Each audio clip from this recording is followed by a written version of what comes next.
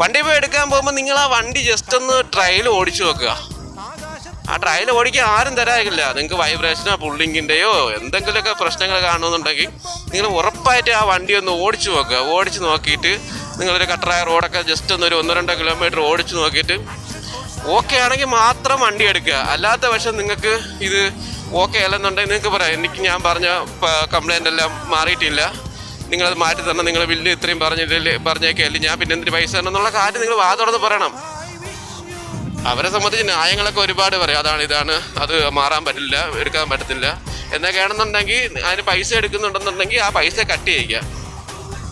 ഇതെല്ലാവരും ഷോറൂമിൽ ചെന്ന് കഴിഞ്ഞിട്ട് അവർ ആ മോഹന വാഗ്ദാനം കേട്ട് വണ്ടി എടുത്തിട്ട് ഷോറൂമിൽ എല്ലാം ഒരു എന്താ പറയുക ഒരു ക്രൗഡും കാര്യങ്ങളൊക്കെ പറയുമ്പോൾ വണ്ടി സർവീസ് കൊടുത്തിട്ട് പിന്നെ പേടിച്ചാണൊക്കെ വണ്ടി എടുത്തുകൊണ്ട് ഓടുന്ന ഒരു ഇതാണ്. എന്നിട്ട് ആരെങ്കിലുമൊക്കെ എന്തെങ്കിലുമൊക്കെ ഇപ്പം തന്നെ ഓണത്തിൻ്റെ ഓഫറിൻ്റെ ആൾക്കാർ ഓരോ പരസ്യം ഇടുമ്പോൾ അതിൻ്റെ താഴെ വന്ന്